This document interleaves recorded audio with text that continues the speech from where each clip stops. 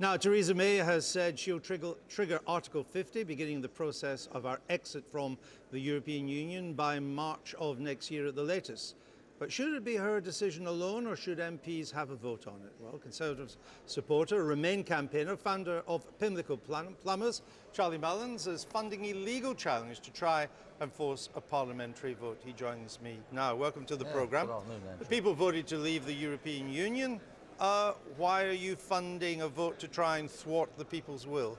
I'm not against the result at all. I'm not, Well, you are against the result. No, I'm not. No. What I'm trying to clarify is whether Theresa May is legally entitled to trigger Article 50 or whether it should be Parliament. And I'm led to believe it should be Parliament. But the government's legal advice is that it's this is within the executive power of the government to do so. Well, yeah, but also our legal team are saying that she is entitled to do it, and it should be Parliament. I mean, Parliament make all the laws and decisions, so surely it should be them that do it.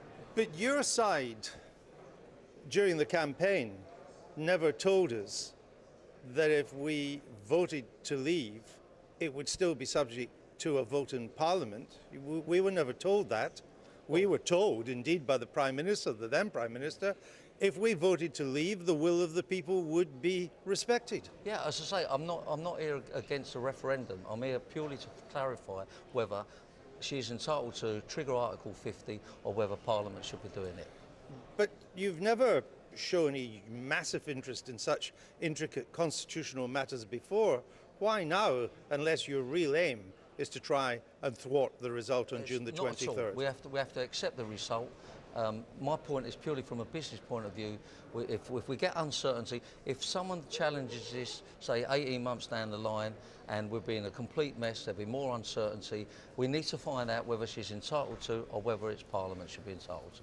But Parliament is now going to get a vote on the 1972 European Communities Act.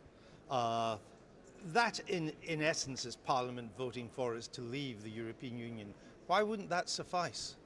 Well, I'm going to go back to what I'm saying. The idea of Parliament voting is they make all the laws. Why should it be left to the government to deal with it when that's what we elected them for? Why have we put them into Parliament? And if we had a vote in Parliament, how would you encourage MPs to vote? If we didn't have a Parliament? No. If we had a vote in Parliament, how would you encourage MPs to vote? I'm a Remain, but that's their decision. At the end of the day, we can live with the decision. It's all about our businesses can start preparing the exit and we get it right. As I say, would you want them to vote against triggering Article 50? Well, I voted for Remain for my business reasons. So that's not what I'm asking you. Okay, so yes, I would rather they voted to Remain. Well, to Remain, but that's what. Right. So you want this vote so that Parliament can reverse the result of the referendum? Not at all. Look, there's a campaign being formed here by Gina Miller, who's a businesswoman, and she believes that Theresa May is not entitled to trigger Article 50. No, but you've just said that if Parliament did have a vote on Article 50, you would want Parliament not to trigger Article 50, therefore not to carry out the will in the referendum. As I say, that's what you said. Well, the referendums, we have to accept that result.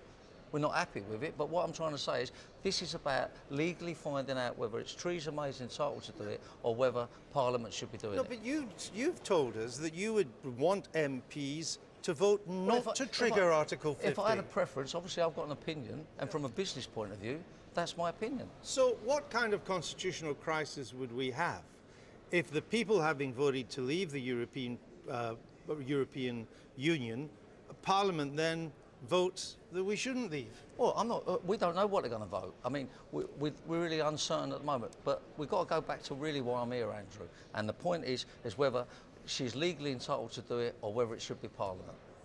All right. Thank you very much. Thank you. We shall see. When's the court case? When's the what? The court case. About 10 days from now. At the High Court, it's Lord Chief Justice dealing with it. All right. More money for lawyers. That's what it costs. But it's your money, so. But it's all their money because it's a business decision. All right. Now,